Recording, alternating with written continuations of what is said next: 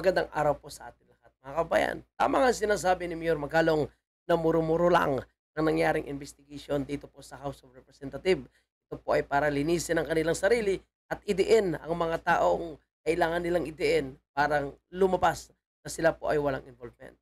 At ito nga ang ginawa nila, mga kababayan po natin, nung nakaharap po nila itong si Congressman Toby Chanco, kung saan ang gusto po ni Toby Chanco ay patunayan na ang rason po nitong mga maanumalyang flood control ay ang mga insertion na di umano'y ginawa nitong si Saldico na ayaw naman po nilang ipaharap sa pagdinig ng House of Representatives.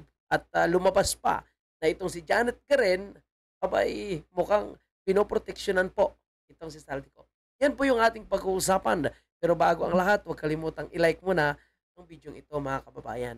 Okay, simulan po natin dito, no? Na ang sinasabi mga ghost project daw po ay hindi daw po bago at nagsimula pa daw ito noong 2017. So ito na nga po, mga kababayan po natin. Buka nakikita na po natin kung saan papatungo ang kanilang investigation. At sinasabi na sa panahon pa daw po ni President Duterte ay marami na po daw mga ghost project. Actually, mga kababayan natin, hindi na po bago yan. Dahil mismo si President Duterte ay sinabi na pinapaimbestigahan niya itong mga ghost project na marami daw po yung mga ganitong klaseng nangyari sa DPWH. So hindi po yan bago kay President Duterte. Pero wala pong napatunayan, no? Wala naman pong nahuli or nabisto na mga ghost project o mga substandard. Dahil wala naman pong nareklamo na mga nasira na mga substandard na mga flood control nung panahon ni President Duterte. Kumbaga, yung ginagawa po nila nung mga naunang administration, abay, dahil nagsabi na nga po si President Duterte, talagang talamak ang korupsyon dito sa DPWH, ay hindi na po nila ginawa. So ngayon, gustong i-connect ditong si Chihuahua. Pero ang tanong, mga kababayan po natin, may kaya po ba silang patunayan, no, na may mga ghost project o flood control talaga noong sa panahon ni President Duterte? At kung mayroon man, mga kababayan po natin, ang unang tanong, bakit hindi nila pinaimbestigahan noong umupo mismo itong si Bongbong Marcos? Di ba? Eh, naka 3 years na nga po itong si Bongbong Marcos, mga kababayan po natin. No? Eh, bakit ngayon niya lang itong paimbestigahan? Dahil wala na po silang may papalusot pa at bistong-bisto na po sila dahil nakikita nga ng taong bayan na talamak ang korupsyon at may mga ghost project pa, no, na mga flood control. Kaya itong 5,500 na pinagmamalaki niya ay hindi talaga totoo, kundi ito po ay isang kasinungalingan. So bago natin puntahan itong si Toby Chanco, ito panoorin muna natin ang isang balita. Pasado alas 12 na ng tanghali, mahigit 2 oras nang magsimula ang unang hearing ng House Infrastructure Committee sa mga maanumalyang flood control project sa bansa. Pero hindi pa rin nakapagsalita ang ni isa sa 11 contractor na dumalo sa sesyon. Ilang beses kasing nagkainitan sa pagdinig, gawa ng iba't ibang inihain na mosyon ng mga miyembro ng komite. Una rito. Itong si Karen masyadong defensive ito, mga kababayan po natin. Pag-usapin ng insertion. Ako ako si Karen may kinalaman dito sa mga insertion at may kinalaman ito sa small committee. Ito ang motion for full disclosure ni Akbayan Representative Chel Jokno. Ani Jokno. Maganda yung maganda yung motion nitong si Jokno no? In fairness din sa kanila kasi talagang kini-question nila yung credibility nitong investigation, lalong-lalo na kung ang mga kontraktor o mga pamilya ng mga kontraktor o contractor mismo ay kasama sa investigation. So dapat mag-inhibit. So this time siguro, no, masabi nating in fairness dito sa kay Chel Jokno, okay po yung kanyang suwesyon. Kinakailangan munang i-disclose ng mga miyembro ng joint panel ang kanilang financial and business interests para masigurong walang conflict of interest sa investigasyon. Ang tensyon sa pagitan ng House panel nauwi pa sa isang motion to adjourn.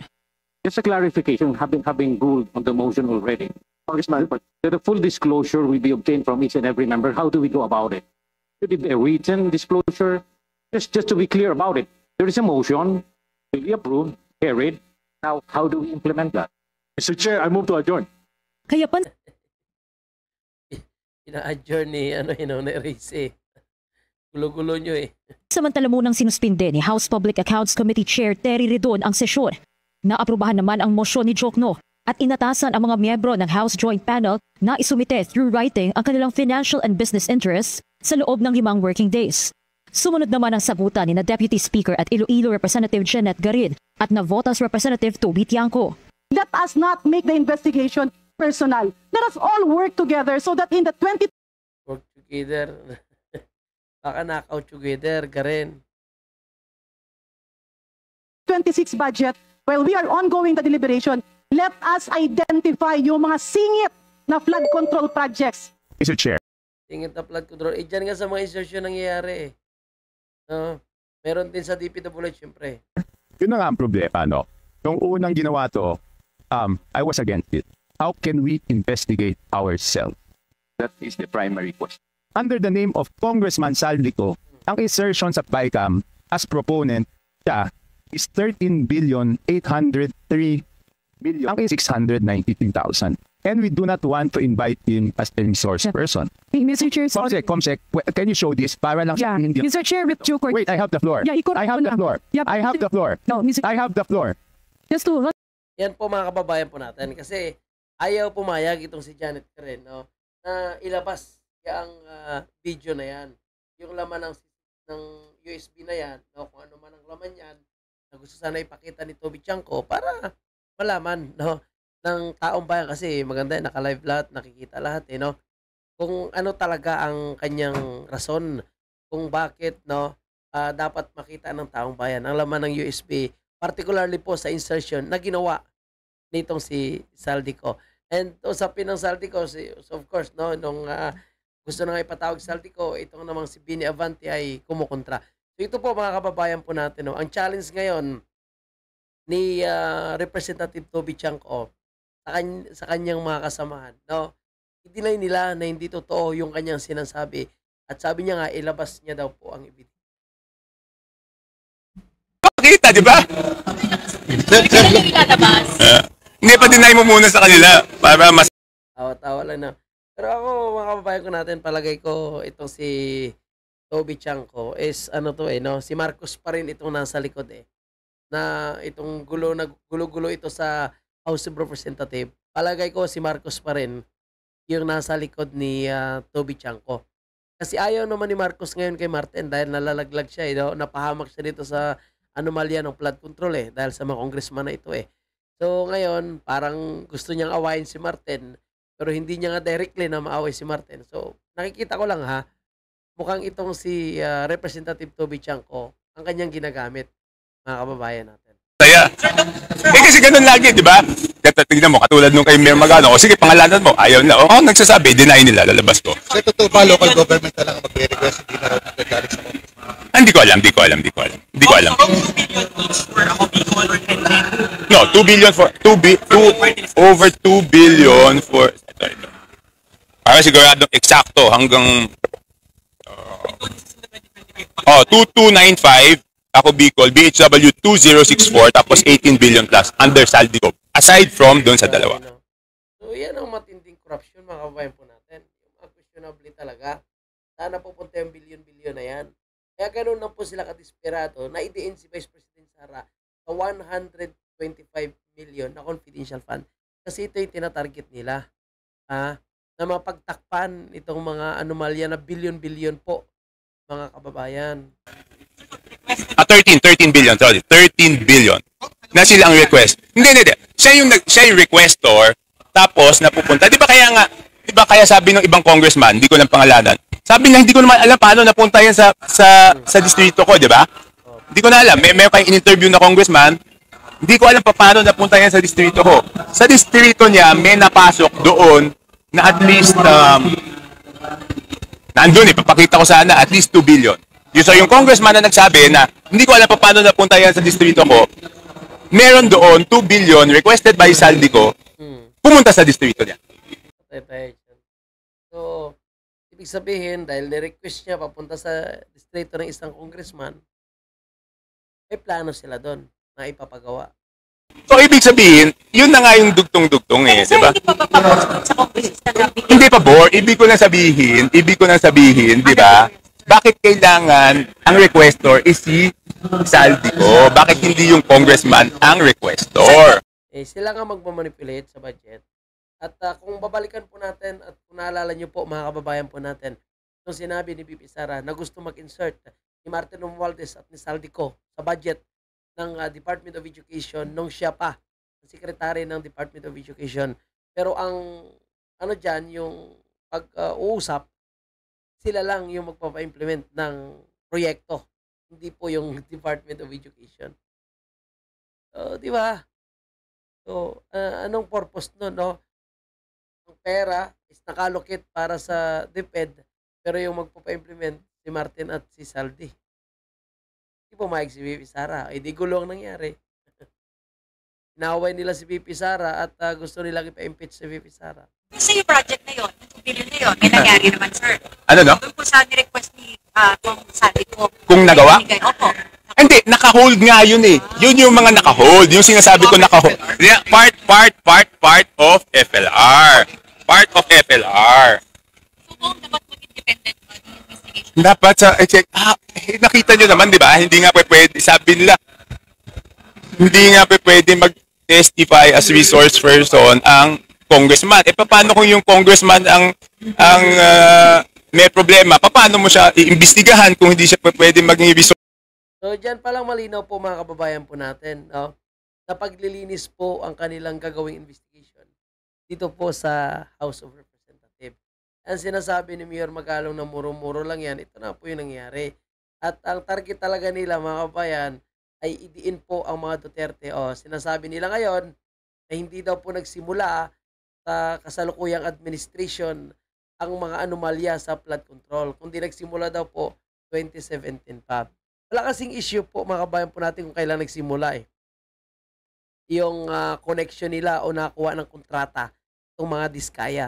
Ang usapin kasi is yung mga proyekto nila na nagkaroon ng ghost project and mga substandard ay sa administrasyon ni Bongbong Marcos. No? Kung yan sila ay sinuportahan ni President Duterte o sumuporta kay President Duterte, kilala ni President Duterte, kakilala ni Mark Villar, kakilala ng mga current opisyal ng gobyerno, walang issue yan para sa akin mga kabayan po natin. So, ako nga para sa akin walang issue kung sila po ay talagang partido ni Bongbong Marcos na tumakbong mayor, no? Nung eleksyon laban po kay Vico Soto. Walang akong problema diyan. Kung sila ay miyembro ng Partido Federal ng Pilipinas, no, na sinusuportahan ni Bongbong Marcos. 'Di ba? Kung maayos ang kanilang proyekto. Eh, puro palpak ang kanilang proyekto eh. Pero hindi natin maiiwasan na magiging scripted lang, no, yung paglabas itong si Diskaya at posibleng gagamitin ito imbis na idiin ang current administration, baka ikokonek pa sa Duterte administration para masisi lang, no, at mabawasan kumbaga yung bigat, no, na dapat nilang pasanin dahil sa anomalya po sa administrasyon ito. Sige, puntahan natin ito mga kabayan po natin. Zoom natin ng konti. Ito po basahin natin dito. Partido ni Pangulong Marcos pinanumpa pambatong alkalde sa Pasig. So, ayan. Kasi si Vico Soto is dilaw naman yan. So, hindi talaga yan sila partido ni Marcos Jr. At hindi yan siya bumabanat. Ngayon lang yan siya, kunwari, no, nakipag-connect kay Bongbong Marcos. Kasi mukhang magiging collateral damage kasi. No? Damage control na lang itong mga diskaya. Contractor behind useless Benguet project is Marcos political ally. Nako. Yung contractor pala mismo ng sinasabing maanomalya sa Benguet. Kaalyado rin pala nila yan, mga kababayan po natin. No? So parang, parang namamayagpag po sila at hindi po natatakot itong mga contractor at itong mga taga-DPWH, itong mga congressman. No? Sa paggawa nitong mga flood control, na mga ghost project and substandard. Parang, sila may sinasandalan po sila na malalaking tao sa gobyerno ngayon, no? Si Bongbong Marcos ba? Sino ba yung sinasandalan po nila kung bakit ganun na lang sila katapang, no? Magsagawa ng mga maanomalyang proyekto. Bakit kay Duterte hindi nila magawa? Kung mayroon man kasi, no, talagang mabubuking agad sila eh. Kung mayroon man ay hindi sila makakalusot eh. Talagang mapapanagot at mapapanagot sila. Ang ina, yung mga business tycoon nga na big time, di ba? Na panagot sila, no? Nasingil po sila sa kanilang mga kasalanan. So, Ito pa kaya, di ba? Lalong-lalo na yung buong Pilipinas yung nag-suffer dahil sa mga maanumalyang flood control na hindi nila pinatupad. Kaya itong sinasabing hearing na ito sa House of Representatives, no? Yung tao hindi naniniwala. Kaya at isa pa diyan sa sinasabi nilang mataas po yung trust rating ngayon ng House of Representatives, pinagkakatiwalaan daw ng tao. Yan po ay isang malaking kalokohan. No, kasinungalingan. Dahil sa totoo lang, galit na ngayong tao eh. Kapag mag-ikot ka ngayon o kahit saan ka mapunta, maririnig mo, no, galit sila sa congressman dahil sa maanumalyang flood control. Eh hindi natin minsan maiwasang isipin na sana yung nangyari sa Indonesia, mangyari din sa Pilipinas para matauhan, pagising at matakot itong mga buayang congressman na nasa Pilipinas. Kaya saludo po tayo sa paninindigan ng mga Pilipino na patuloy na lumalaban, nagsasalita, and parang sa Indonesia na talagang hindi sila natakot, ginawa nilang karapat-dapat para hindi mag-abusa itong mga politiko na nakaupo sa pwesto. So hopefully, and time will come na dumating din po yan sa ating bansa para naman matakot ang mga kawatan na ito. Kasi wala na po silang takot eh. Kung gusto nila, sambahin po sila sa problema ng ating bansa. Balikan natin yung PhilHealth, Maharlika Investment Fund, taas na tubig, kuryente, pagkain na sinasabi nila, mababa na daw yung bigas, may 20 na daw, pero pambubudol. And of course, huwag natin kalimutan, mga kababayan po natin, ang kanilang ginawa kay President Duterte, kay BP Sara, para lang manatili po sila sa pwesto. At dapat ang mga Pilipino ay hindi na papayag na magpapatuloy pa rin na mangyari ito pagdating ng 2020. Diba? Kita nyo paano nila niluluto ang investigation dyan sa House of Representatives. Lotong Macau. Okay, yan na po yung ating update. Maraming salamat po mga kababayan. Huwag kalimutang i-like ang video. At pakisubscribe na rin kung kayo po ay hindi pa nakasubscribe.